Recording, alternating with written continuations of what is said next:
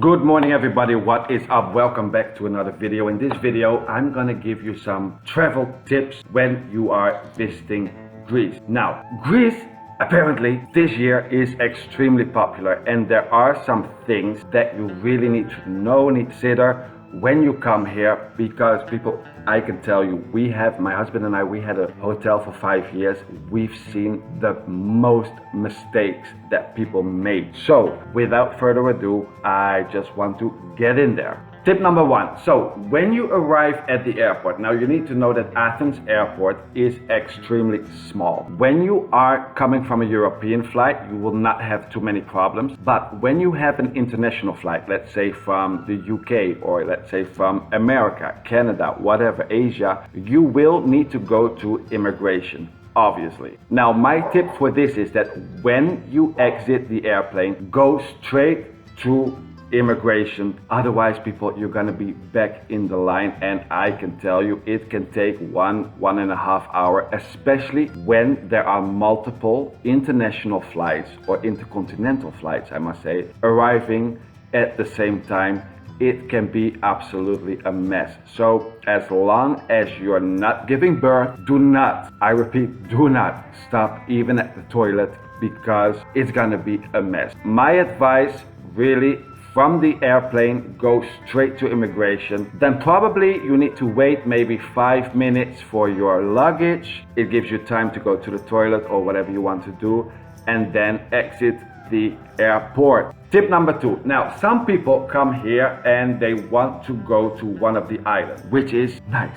The Greek islands are very nice. However, there is one problem. What I've seen is that many people, what they do is they come to the airport, they arrive at Athens airport, and they have a connecting ferry, a ferry boat to one of the islands. Let me tell you, people, public transportation in Greece is not the most reliable, and I'm putting it mildly now. It's an understatement. I've seen many times people with a time limit, let's say a time slot of 3 hours after the fact that so let's say that your flight is scheduled to land at 9 o'clock in the evening and your ferry boat will go at 12. That means that only gives you a 3-hour window to go from the airport to the port, which is relatively short, considering the fact that you can have a delay with your flight. You can just miss the metro. I mean, now there is one metro that goes from the airport straight to the port, where are the ferries. However, you have a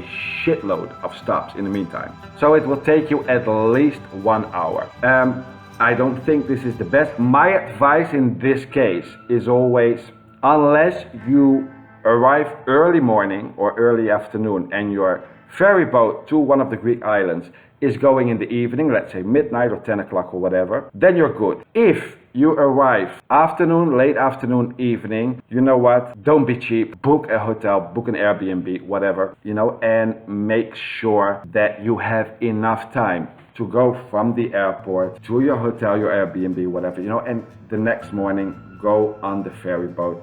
It is holiday, people. Don't rush it. Tip number 3, and this is gonna be, people, I need to say this. We have a heat wave at the moment. The temperatures are like between the 40-45 degrees. Make sure that you have water, lots of it, because it is not fun when you're at the airport or wherever, even in the metro, even in Athens center, around 2-3 o'clock with burning sun in your neck. So make sure that if you need to go out, look, and this is, many people, they ask us, what do you do during the day? During the day, I sleep a little bit because it is just too hot. And if you're a tourist, try to do it also, because you will feel more energized. It's just not a good idea to go out during the day. Having said that, and during the day, I mean between 1 and 4, 1 and 5, something like this. Having said that, the Acropolis is actually currently closed between 1 p.m. and 5 p.m. because of the heat wave. Now, it doesn't take much heat for the Acropolis to close, and I need to explain this. So with all the marble that you have, yes people, the Acropolis made of marble, it is a little bit difficult sometimes when it comes to heat because the marble reflects the heat. So it's actually very possible that during the day, if they don't close and it's, let's say that it's like 38, 39 degrees, that at the Acropolis it's going to be 50 because all the sunlight is gonna be beamed off this marble shit that they got there. Okay, so try to go very early or try to go after 5. You will enjoy it more, and the lines probably will not be that long because at the moment people are staying in line for like 1 hour, 2 hours, and that is just set of the time. There is so much more to do. Tip number 4. So in August, around August, we have a massive exodus of Athens, and you will see that a lot of shops will be closed for 2, 3, sometimes 4 weeks. And Athens, it's, well, if you live in Athens and you know how it normally is, then in August it seems like a ghost city. Basically the only people you will see are the tourists. You know, so if you are staying more days in Athens, my advice is to not go in August. I don't think it's nice to be in a city where everything is closed, or at least almost everything is closed. And like I said, having lived in Athens for almost 5 years, it is dead in August. Plus it's too hot.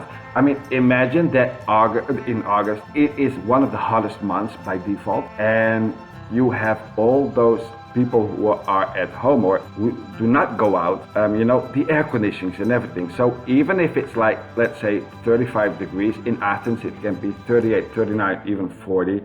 It is a lot of heat to cope with. Now tip number 6, and tip number 6, excuse you, is more specific about Mykonos. Now we all heard the stories, but I do want to mention it because I think it is very wise to do this. For some reason, people like to go to Mykonos, which is completely too expensive and overrated. There are enough islands that look very similar to Mykonos, or maybe even are better than Mykonos, who are not that expensive. Now, whether or not you want to give a shitload of money to a hotel and everything, that is you. But there are numerous stories about people who went to Mykonos, who go somewhere and they think, oh, let's have a water, let's have a beer or whatever. In general, you cannot trust the prices if they are already there at beach clubs or whatever, because the people in Mykonos know how to make money. It is in a shady way. Not everybody, but a lot of them, they do this. I've seen people with,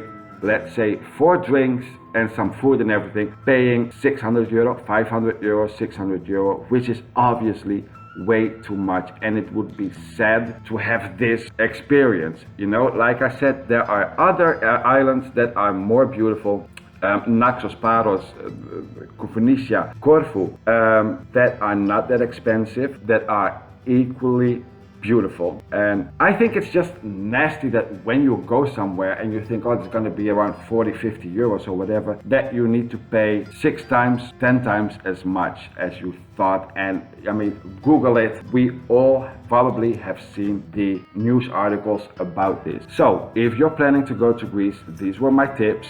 Enjoy your time in Greece. If you have any questions, leave them in the comment section down below. Subscribe to my channel and hope to see you next time. Ciao.